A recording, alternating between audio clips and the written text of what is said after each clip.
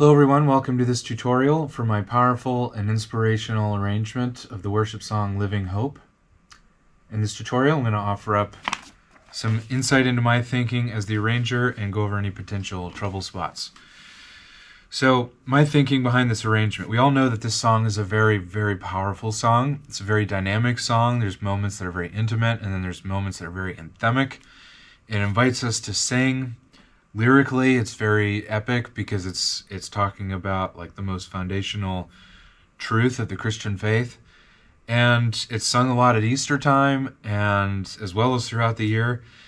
And I wanted to write an arrangement that was appropriate for all of these different things. I wanted it to be an arrangement that was dynamic, that had lots of colors, and that for the pianist, gave the pianist lots of colors to paint with, and was able to make it a very dramatic performance of the song.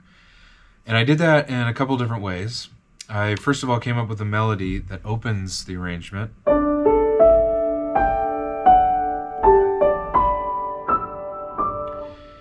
Right at the beginning, it works really well as a kind of intimate, tender sound, but then it can also be repackaged and sounds very anthemic.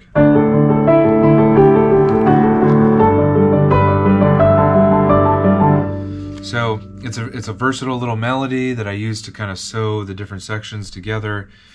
And then I also used a 16th note pattern that kind of drives the arrangement, that also communicates the different colors and dynamics. So at the beginning it's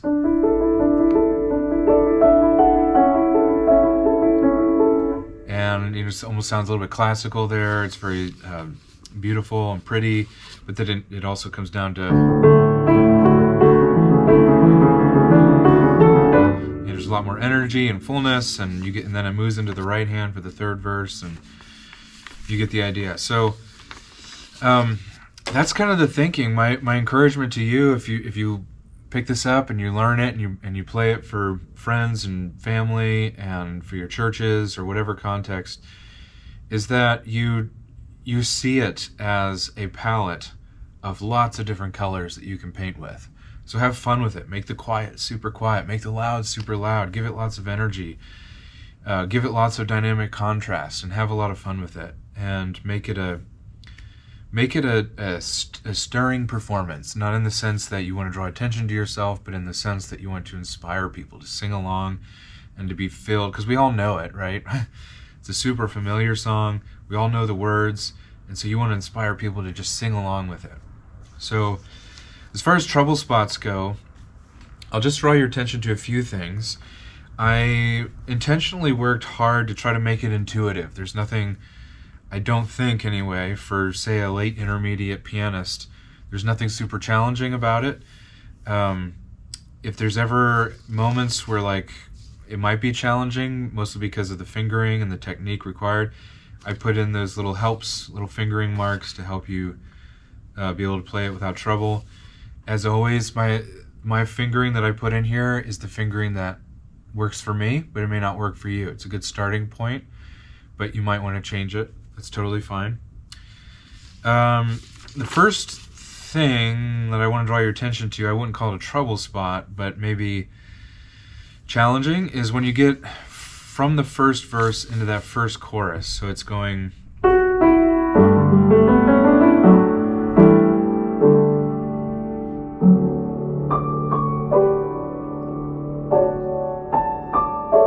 that little bleed of sound there. You accomplish that by holding the pedal down, and the pedal's marked there in the music. And my encouragement to you is that you listen as you play that, because you don't want that low note to get too loud. It's, when we see those low notes, we're used to, as pianists, those being like either the end of a song, something like that, and we give it a hard pound or whatever. This is a textural thing. It's a vibe thing, and you're spanning the whole register of the piano, and that's a color in and of its own. And you want those colors to be as vibrant as possible. So keep it quiet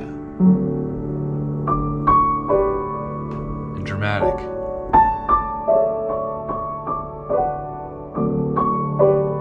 that's not the focus, right? The focus is the melody of the song. So think of it like a scene from a movie, a sad scene, although it's not really sad. You're singing Hallelujah, praise the one who set me free. It's not a sad, it's like a meditate or reflective moment in a film, something like that.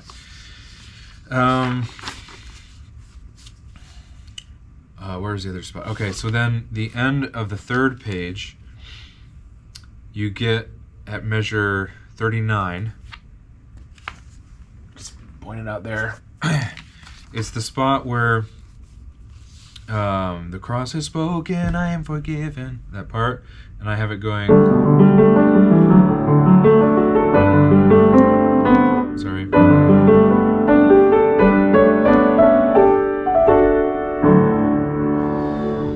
That's challenging, right? And I put fingering in there that makes it, I think, easier to play.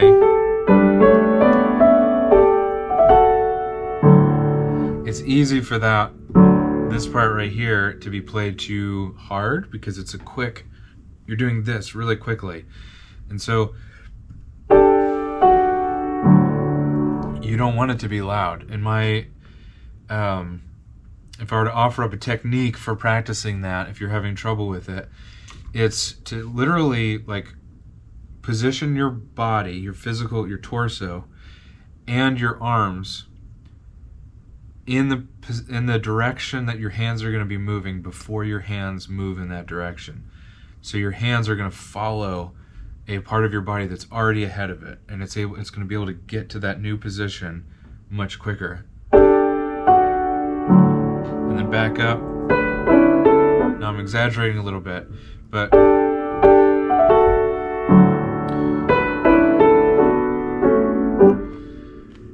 that helps me. That it removes like of all the things that you have to do and you have to think about, and your fingers and your arms and all of that have to reposition for.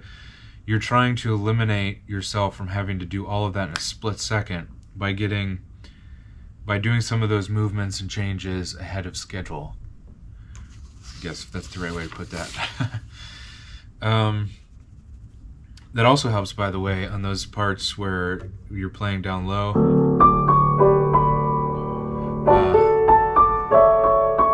Right here.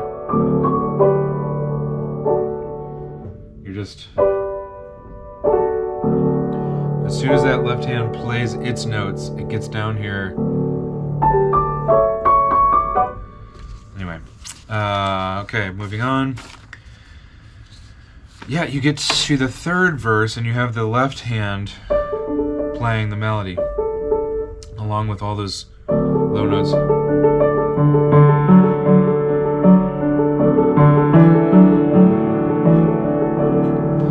Now this works when your right hand is very quiet. It's very much in the background. It's the only thing it does. It doesn't need to be featured. Nobody needs to hear it in the foreground. So think of that as like a pianissimo dynamic. Make it as quiet as you can. So that the melody in your left hand will come out. Whenever the melody is not the highest part being played, it very easily gets lost in the mix. And so you're going to need to give it a little extra oomph for it to pop out. Especially if you've got like such a wide range of sound being played.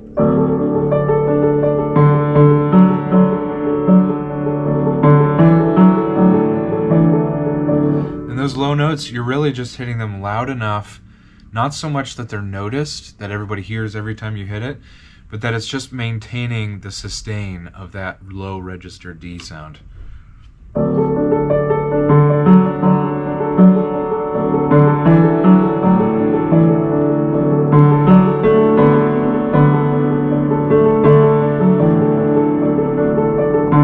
you don't hear me, you don't really notice that I'm doing that. But if I didn't do that, then that low note would just fade away, and then you'd lose that low end rumble.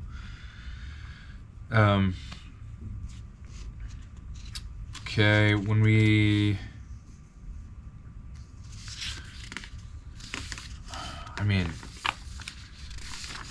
rest of it is, okay, I'll point out the rhythm here. The last chorus, Actually, no, the last two choruses, I guess.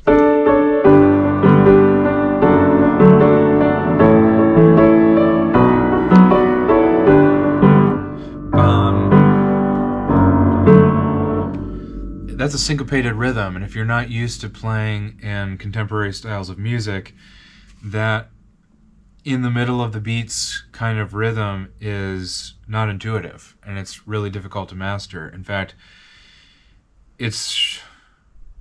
that would, I think, make it the hardest part of this arrangement if that's not natural to you. And if it is natural to you, these last two choruses that sound really big and fancy are actually they're actually pretty easy to play. And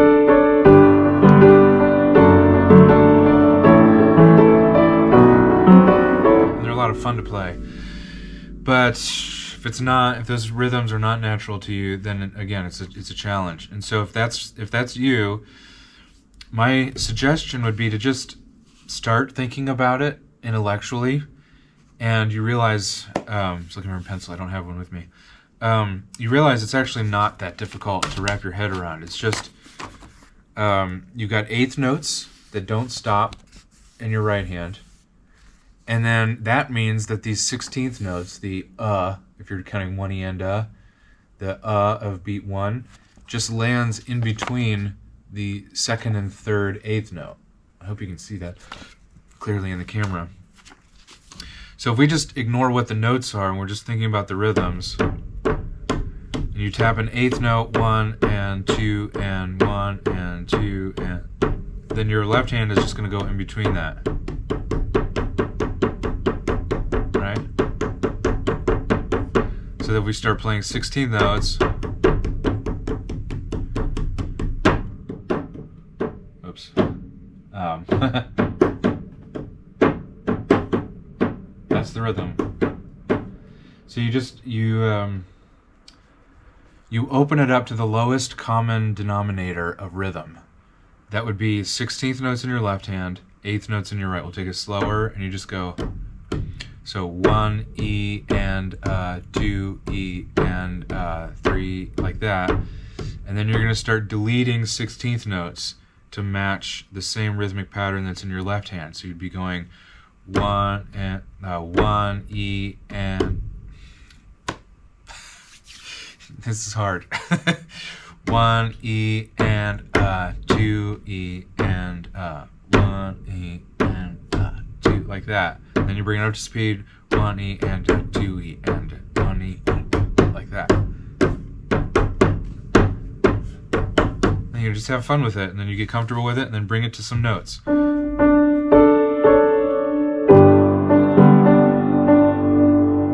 Pause. Do it again.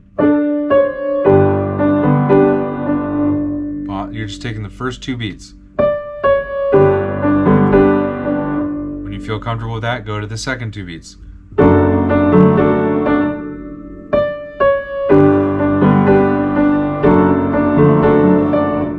Stop. Don't get ahead of yourself. That kind of thing. Eventually, you'll get that rhythm in your bones, and then you can start to dance with it instead of it being a robot thing.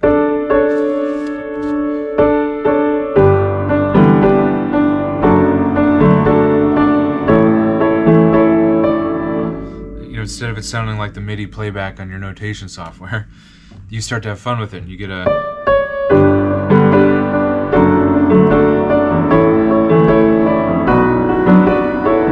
start getting those beats that you like give a little extra push to.